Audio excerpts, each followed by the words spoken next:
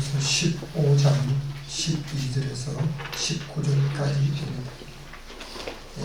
우리 성경을 찾아서 함께 합독하도록 하겠습니다. 고린도전서 15장 12절에서 19절입니다. 우리 함께 합독합니다. 그리스도께서 죽은 자 가운데서 다시 살아나셨다 전파되었거늘 너희 중에 어떤 이들은 어찌하여 죽은 자 가운데서 부활이 없다 하느냐. 만일 죽은 자의 부활이 없으면 그리스도도 다시 살지 못하였으리라. 그리스도도 다시 살지 못했으면 우리의 전파하는 것도 헛것이요 우리의 믿음도 헛것이며 또 우리가 하나님의 거짓증인으로 발견되리니 우리가 하나님의 그리스도를 다시 살리셨다고 증거했습니다. 만일 죽은 자가 다시 사는 것이 없으면 하나님이 그리스도를 다시 살리시지 아니하셨으리라. 만일 죽은 자가 다시 사는 것이 없으면 그리스도도 다시 사신 것이 없었을 터이요 그리스도가 다시 사신 것이 없으면 너희의 믿음도 헛되고 너희가 여전히 죄 가운데 있을 것이요 또한 그리스도 안에서 잠자는 자도 망하였으리니 만일 그리스도 안에서 우리의 바라는 것이 다만 이 생뿐이면 모든 사람 가운데 우리가 가장 불쌍한 자니라. 아멘. 오늘은 예수 그리스도께서 십자가에 죽으시고 무덤에 묻히셨다가 사흘 만에 죽은 자 가운데서 다시 살아나셨고 죽음에서 부활하심으로 부활절을 지키고 있습니다. 사람은 세 곳에 살아간다고 말합니다. 처음 모태에서는 10달 동안 잠깐 사람에 따라 차이가 며칠 때는 이렇게 나기도 하는데요. 머물다가 내가 아무리 모태에서 더 있으려고 해도 더 이상 거기서는 더 있을 수 없기 때문에 이 세상에 태어납니다. 울면서 태어나지만 이 세상에서 살아가는 우리 생활은 모태에서보다도 100배를 더 사는 것을 목표로 정하고 살아갑니다. 그러나 이 세상에서 내가 좀 더 오래 머물고 싶다고 해도 죽음으로 우리 인생을 마쳐야 되는 것이 인생의 한 여정이기도 합니다. 우리가 모태에 있을 때에 눈과 귀, 입 다 있습니다. 그게 볼 수 있어요. 모태에서 세상을 보는 사람이 아무도 없습니다. 또한 이 세상에 살아갈 때 밝은 눈, 오늘 첨단 기구 아니면 어떤 것 가지고 세계 모든 것을 다 본다고 해도 내지는 볼 수 없다고 말하고 있습니다. 어떤 사람도 죽음을 좋아하는 사람은 별로 없습니다. 죽음을 좋아하지는 분이 있다면 고개만 한번 깜빡해 보시기 바랍니다. 아니면 눈이라도 깜빡해 보시기 바랍니다. 여러분, 죽음은 좋아하는 사람이 없지만 죽음이 없다면 부활도 없다는 겁니다. 죽음이 있기 때문에 부활이 있는 줄로 믿습니다. 그러므로 오늘 읽은 성경을 중심으로 해서 만일 부활이 없다면, 주보에는 부활이 없다면만 이렇게 나왔습니다. 우리 다 같이 제목을 한번 해보겠습니다. 시작. 만일 부활이 없다면. 부활이 부활이 없다면 정말 소망이 있을까? 첫 번째입니다. 다 같이 부활이 없다면 성경말씀 13절 말씀을 우리 함께 읽겠습니다. 시작. 만일 죽은 자의 부활이 없으면 그리스도도 다시 살지 못하셨으리라. 아멘. 혹 여러분은 여러분의 인생의 여정을 한번 생각해 보셨습니까?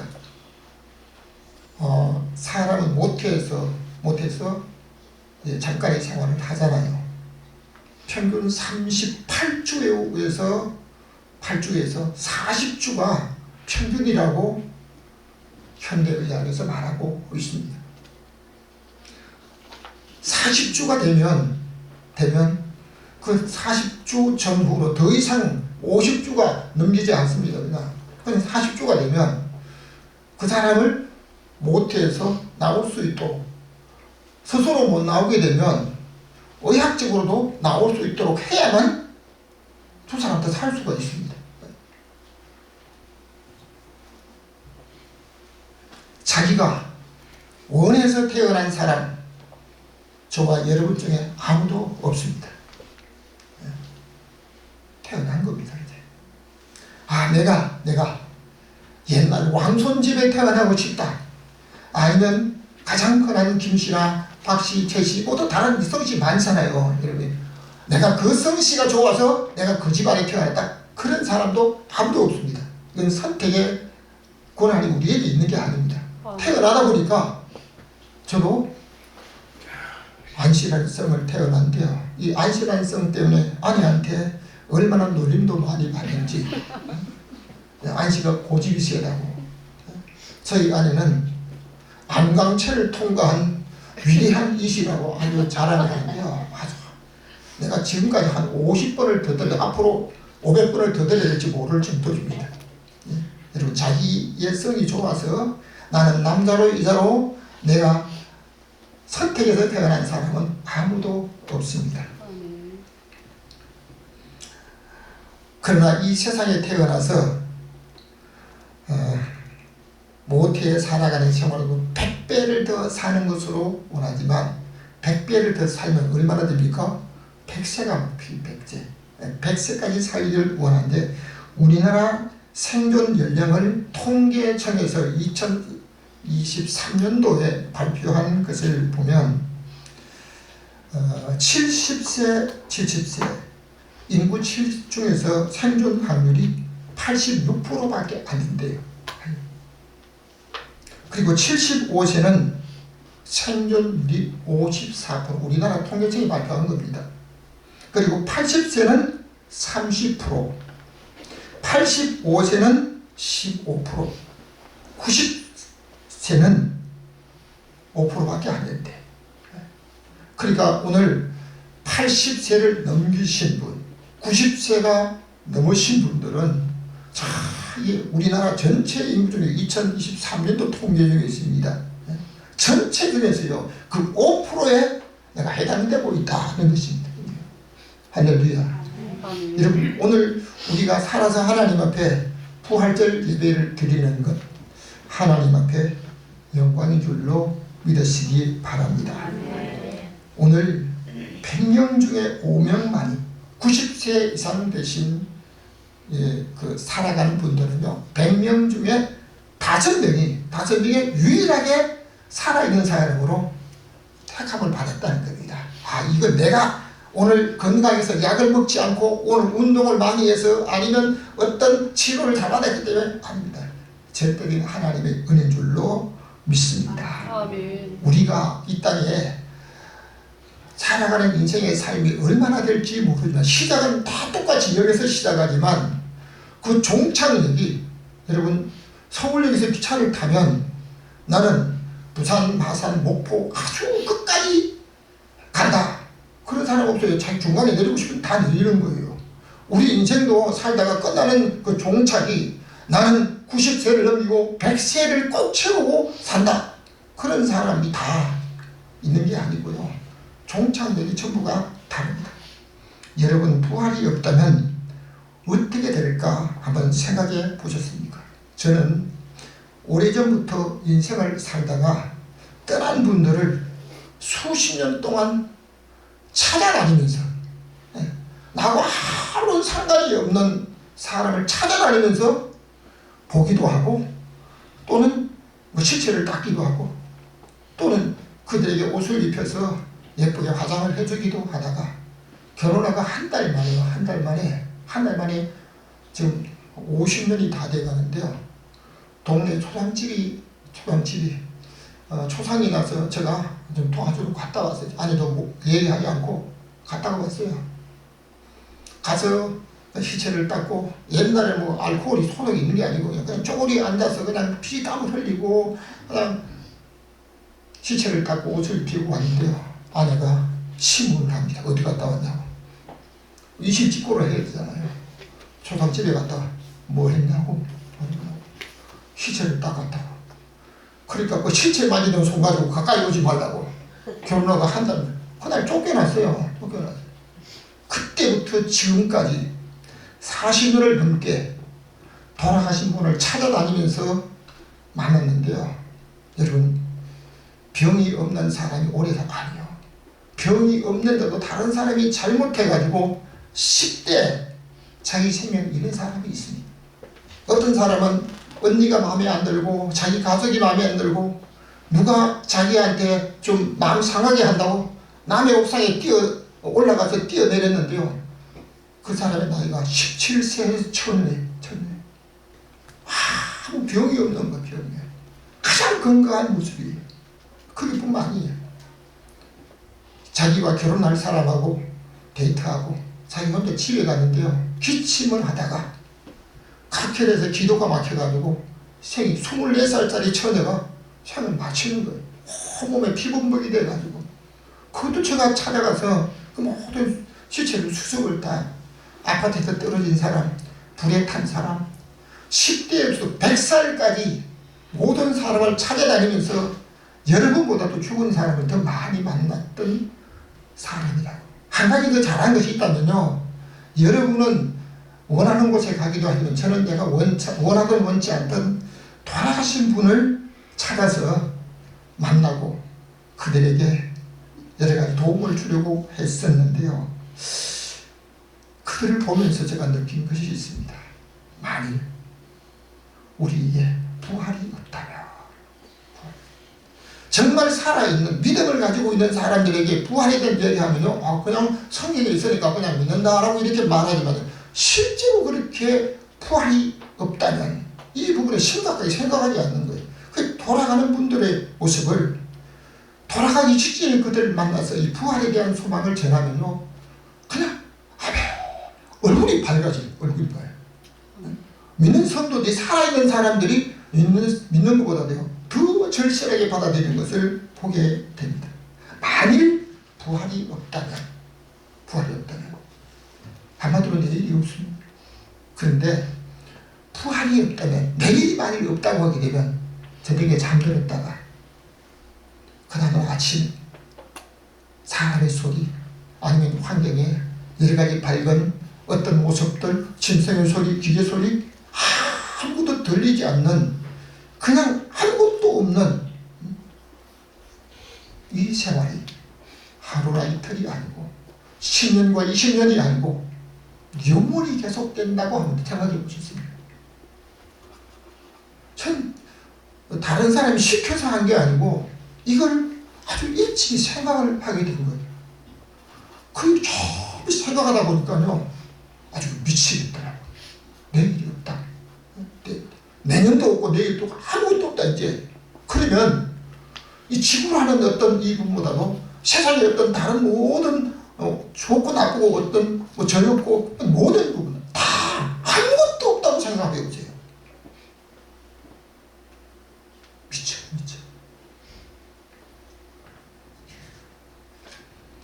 세상 사람들은 살다가 죽으면 영원히 만날 수 없다고 영결식이라고 하면서요, 부모가 돌아가면 옛날에는 자기를 사람으로 자랄 수 있도록 참견을 되게 잘 키워준 이 한 부분 때문에 3살이 되야만 좀 제대로 자기 어떤 먹을 걸 찾고 먹을 수 있다고 했는지 모르지만 3년을 아들로서 딸로서 이 부모를 이제 돌아가신 부모를 움막살이 해서 묘를 지키는데요. 정부에서 공무원들에게도 장기휴가를 주었습니다. 3년 동안 신호사를 할 수 있도록. 그런데 거기서 끝나지 않고 왜? 영원히 만날 수 없다는 것 때문에. 그러나 오늘 부활절에 죽은 자의 부활이 없다면 우리 주님께서 다시 살지 못하셨을 것이라고 하고 있습니다. 부활이 없다면 예수 그리스도께서 죽은 자 가운데서 다시 살지 못하실 것이나 죽은 자의 부활이 있기 때문에 우리 주님께서 무덤에 묻히셨다가 부활하신 줄로 믿습니다. 두 번째입니다. 제목도 시작. 만일 죽은 자의 부활이 없다면 15절 말씀을 우리 함께 읽겠습니다. 시작. 만일 죽은 자가 다시 사는 것이 없으면 그리스도 다시 사신 것이 없었을 터이요. 만일 죽은 자의 부활이 없다면 하나님께서 예수 그리스도 다시 살리시도 아니했고 주님의 부활도 없다는 사실. 예수께서 십자가에서 죽으시고 무덤에 묻히시다가 사흘 만에 살아나시기 전에 세상의 어떤 사람도 부활에 대한 것은 상상을 하지 못했습니다. 그렇기 때문에 믿음으로 살았던 은혜를 받았던 고린도 교회에 바울이 보낸 편지 중에서 어떤 자들이 죽은 자가 다시 살면 어떠한 몸으로 사느냐, 어떤 몸으로 사느냐. 여러분, 우리는 지식적으로 배운 것만 알 수가 있고 말할 수가 있지만 죽은 자가 다시 사는 것에 대해서는 말할 수가 없는 겁니다. 성경에서 지금 사람이 사는 이 지구와 우주, 이 모든 걸 하나님께서 천지 만물을 창조하셨다고 말씀하고 있는데요. 지금 우리에게 느껴지는 이 모든 우주의 태양, 이 모든 이 것들, 우리는 오늘날 배워서 이제 알게 됐지만요, 옛날에는 어느 날 대낮에 낮이 어두워지고 그림자가 생기고 이거 오늘 갑자기 무슨 일이가 달이 태양을 가리는 일식이 있을 때, 여러분 이거 처음 발견한 사람들이 어거스틴의 참회록에 보면요, 어거스틴이 한때 빠졌던 그 마니교도들이 우주에 태양이 달에 가려서 대낮에 어둡게 된다는 이 일식 때문에 예언자가 예언한 대로 이렇게 될 것이라고 하니까요, 어거스틴도 한때 거기 빠졌던 일들이 있는 거예요. 우리는 사물의 모든 걸 우리가 배워서 알지만 아무것도 알지 못했을 때 어떤 말을 하면 어떻게 됩니까? 와, 그런가? 여러분, 예수께서 나사로가 무덤에 묻혀서 썩어지게 될 때 우리 주님께서 무덤 밖에서 썩어가는 그 나사로, 썩어서 냄새가 나는 그 시체를 향해서 나사로야 나오라, 무덤 밖에서 소리치니까요, 나사로가 수족을 배로 동인 채로, 저는 돌아가신 분을 한 40년 넘게 손을 묶기도 하고 발을 싸기도 하고 천으로 온몸을 싸기도 하고 여러 가지 방법으로 수족을 묶는 일들을 많이 해봤거든요. 그런데 나사로가 무덤에서 썩어가다가 우리 주님이 나사로에 나오라고 하니까 나사로가 나왔습니다. 그런데 일부 어떤 목사님들은 나사로가 무덤에서 걸어 나오는데 성경은 걸어 나왔다고 하지 않습니다. 예수님께서 나사로가 무덤에서 나오니까 풀어놓아 다니게 하라. 풀어놓아 다니게 하기 전에는 나사로가 걷지 못했다는 겁니다. 그런데 일부 사람들은 사람이 걸어 나오면 어떻게 나오냐고 지식적으로 자기의 생각으로 성경 말씀을 해석을 하면, 하나님의 능력을 우리가 평가를 하면요, 이건 무식한 사람으로 인정받을 수도 있다는 겁니다. 그러니까 오늘 우리는 성경에서 말하고 있는 것을 말씀을 해야 되는데요, 만일 죽은 자가 다시 사는 것이 없으면 하나님이 그리스도를 다시 살리시도 않았을 뿐만 아니라 그리스도께서도 다시 살지 않았을 것이라고 말씀합니다. 이 다시 사는 것, 이것은 우리의 주권에 있는 것이 아니고 하나님의 주권에 있는 것을 믿으시면 아멘. 이것을 바울은 하나님의 비밀이라고 말씀하고 있습니다. 데살로니가전서 4장 16절 말씀을 함께 읽겠습니다. 제가 죄송합니다. 저를 한번 따라해 주시기 바랍니다. 주께서 호령과 하나님의 나팔로 친히 하늘로 쫓아 강림하시리니 그리스도 안에서 죽은 자들이 먼저 일어나고. 여러분, 죽은 자들이 일어나면 어떻게 일어납니까? 자기 스스로 절대 못 일어납니다. 여러분, 수족을 손과 발을 배로 꽁꽁 동여놓으면요, 누워있는 채로 절대로 못 일어나. 자기 스스로. 이것은 하나님만이 일으키게 하시고 하나님만이 살아나게 하실 수가 있습니다. 죽은 자가 다시 사는 것, 고린도전서 15장 51절에서 이렇게 말씀합니다. 보라, 내가 너희에게 비밀을 말하노니 우리가 다 잠들 것이 아니요 마지막 나팔의 순식간에 호련히 다 변하니 이것이 하나님의 비밀이다. 여러분, 죽은 자가 다시 사는 것 하나님의 비밀입니다. 오늘 우리는 이 땅에 살다가 100년을 아니면 더 건강하게 살기를 원하지만 이 땅에 살다가 자기가 아무리 오래 살기를 원해도 세상을 떠나가야 합니다. 그러나 떠나가는 그 순간, 죽음이 마지막이라고 하면 아무런 소망이 없습니다. 뭐 100년을 산다, 아니면 건강하게, 저도 지금 살아가면서 건강하다고 하지만 내가 아무리 건강하게 살아도 하나님이 부르시면 이 세상을 떠나야 될 때는요, 언제가 될지 모르지만 떠나갑니다. 아마 여러분도 우리 하나님이 부르시면 떠나게 될 줄로 믿습니다. 역사적으로 보면 사람을 장사하고 무덤에 3일 만에 가게 된 그 역사적인 것이요, 우리 주님이 사흘 만에 부활하신 이후에 사람들이 무덤에 갔다는 겁니다.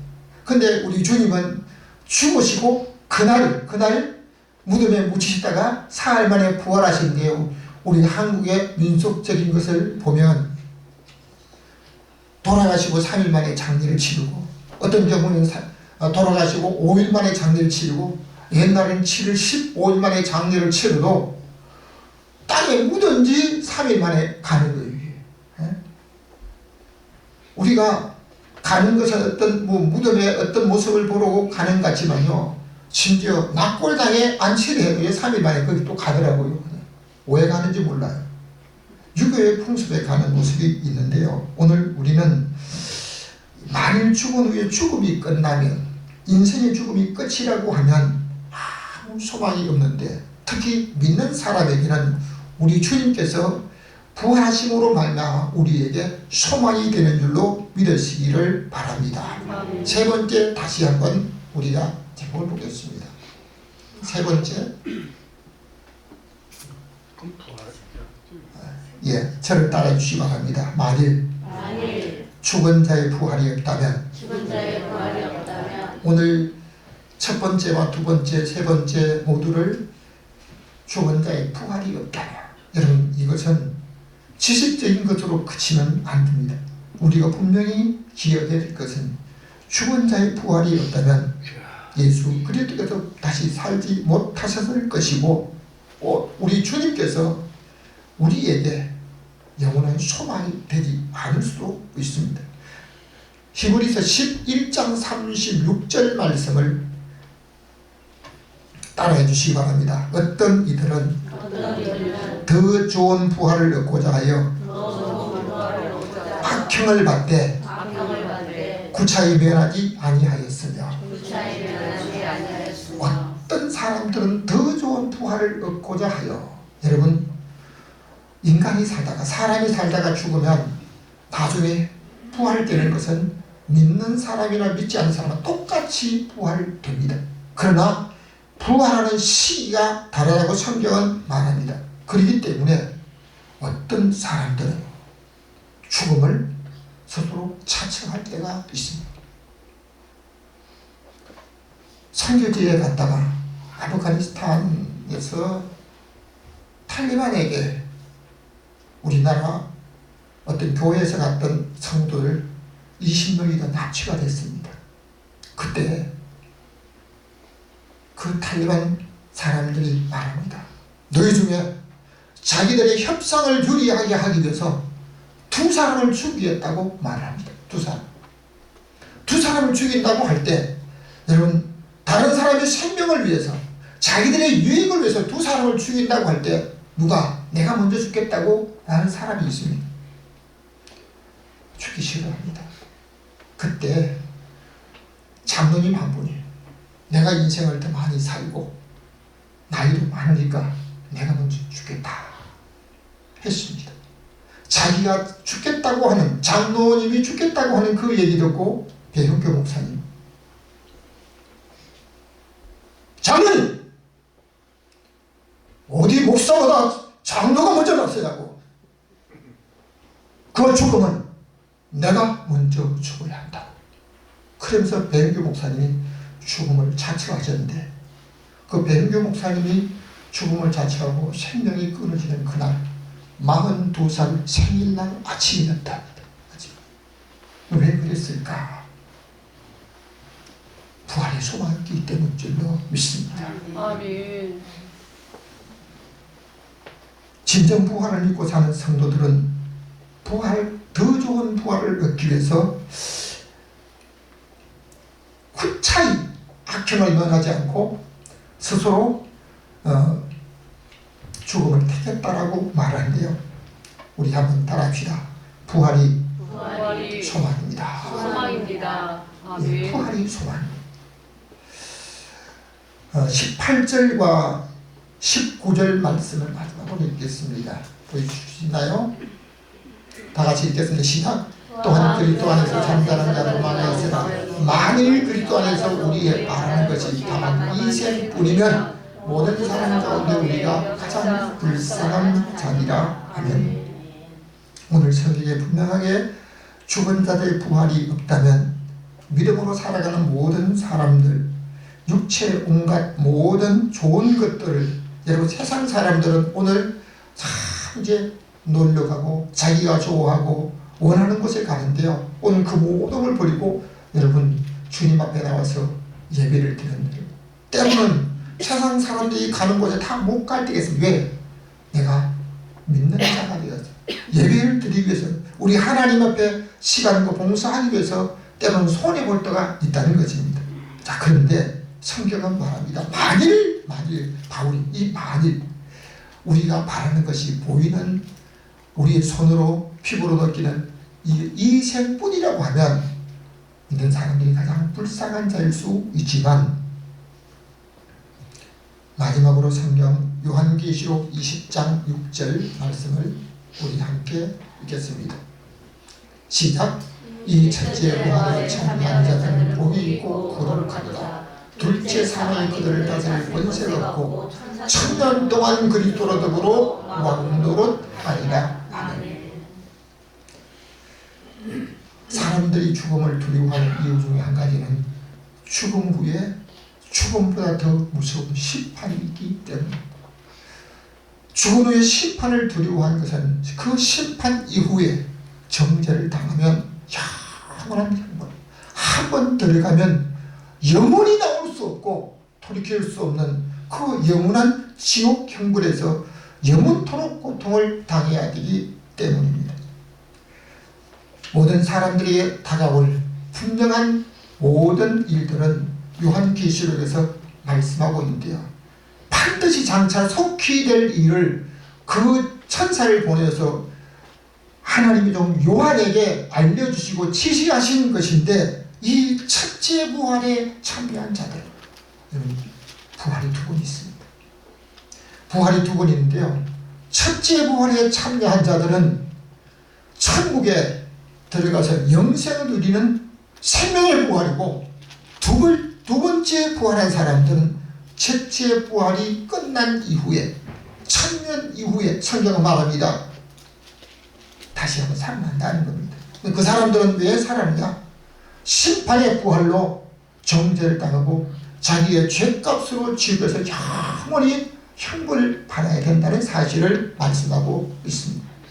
여러분, 육체를 가진 사람은 죄를 짓지 않은 사람이 없습니다. 성의것이라고 이름하였던 그 사람도 내가 하나님 앞에 죄를 지은 이 죄에 대한 회개를 많이 하는 걸 볼 수 있습니다. 여러분, 어떤 사람도 하나님 앞에 이 죄에 대한 것은 해방된 사람이 없습니다. 그러나 우리 주님께서 저와 여러분 온 인류들이 죄의 값을 지불할 능력이 없기 때문에 하나님께서 죄 없으신 자기 아들 예수 그리스도를 보내시고 우리를 위해서 십자가 위에서 인류의 모든 죄값을 지불해 주심을 저와 여러분이 믿기 때문에 예수 그리스도의 공로로 우리는 믿음의 의인된 줄로 믿습니다. 아멘. 자, 그런데 여기서 우리가 한 가지 중요한 것은 저와 여러분이 오늘 믿음을 가진 모든 사람들은 예수 그리스도를 나의 구주로 고백했기 때문에 천국 갈 줄로 믿습니다. 그러나 만일 우리 주님의 첫째 부활에 주님이 말씀하신 그 첫째 부활에 참여하지 못한 사람들은 어떻게 됩니까? 복이 없다는 겁니다. 그렇기 때문에 오늘 살아있는 모든 성도들은 우리의 가족을 위해서 우리 형제를 위해서 전도해야 될 이유가 이 첫째 부활에 참여할 수 있도록 오늘 믿음의 모든 사람들은 복음을 전하고 가족들에게 형제에게 또 다른 만나는 사람에게 주 예수 그리스도를 전하는 저와 여러분이 되어야 될 줄로 믿습니다. 저는 기도하면서 고백합니다. 여러분의 가족들이 다 이 첫째 부활에 동참해서 영원한 천국에서 영생을 누리고 우리는 육체를 살다가 죽음으로 세상을 떠나지만 죽음으로 끝이 아니라 우리 주님이 두 번째 강림하실 때 잠자는 자들이 반드시 썩지 않을 몸으로 변화돼서 일어난다고 하는 이 놀라운 비밀을 깨닫고 우리 하나님 나라에서 이 첫째 부활에 동참한 자가 돼서 주님의 부활하심으로 말미암아 이 부활의 소망을 가지고 천국에서 영생 누리며 믿음으로 살아가는 복된 성도들 되시기를 주님의 이름으로 축원합니다. 정말 우리 하나님께서 저와 여러분의 가족을 구원하기 위해서 한 사람이 생명을 버려야만 된다면 저는 다른 사람의 구원을 위해서 생명을 버릴 각오를 가지고 살아가고 있습니다. 여러분, 오늘 이 시간 만일 죽은 자의 부활이 없다면 믿는 모든 사람들 가장 불쌍한 자일 수 있지만 부활의 소망이 있기 때문에 오늘 우리는 건강한 것도 중요하고 장수하는 것도 중요하지만 장차 주님 나라에서 첫째 부활에 동참해서 영원히 주님과 함께 1000년 동안 왕노릇하기까지 우리 주님의 크신 은혜를 베푸는 그 은혜를 입고 구원의 백성으로 살아가는 저와 여러분 되시고 부활의 소망이 여러분 가슴속에 여러분 가정에 진정한 소망이 되시기를 주님의 이름으로 축복합니다. 지금도 살아계셔서 우리에게 영원한 소망이 되시는 하나님 아버지, 만일 죽은 자의 부활이 없다면 주님께서도 다시 살지 못하셨을 것이고 하나님께서도 그리스도를 다시 살리시지 아니하셨을 뿐만 아니라 만일 죽은 자의 부활이 없다면 우리의 믿음도 헛것이고 우리는 가장 불쌍한 자일 수 있지만 죽은 자의 부활이 있기 때문에 우리 주님이 우리를 위해서 죽으셨다가 부활하심으로 말미암아 우리도 장차 그 첫째 부활에 동참하여 주님 나라에서 영원히 영생 누릴 것을 소망 삼고 믿음으로 살 수 있도록 축복하심을 감사합니다. 영원한 소망이 우리 주님의 부활이 우리의 영원한 소망으로 삼고 우리의 모든 가족들도 형제들도 우리가 만난 사람들에게 주님의 첫째 부활에 동참해서 영원히 영생 복락을 누리는 믿음의 복된 성도들 되게 하여 주옵소서. 우리에게 영원한 소망이 되시는 예수 그리스도 이름으로 기도하옵나이다. 아멘.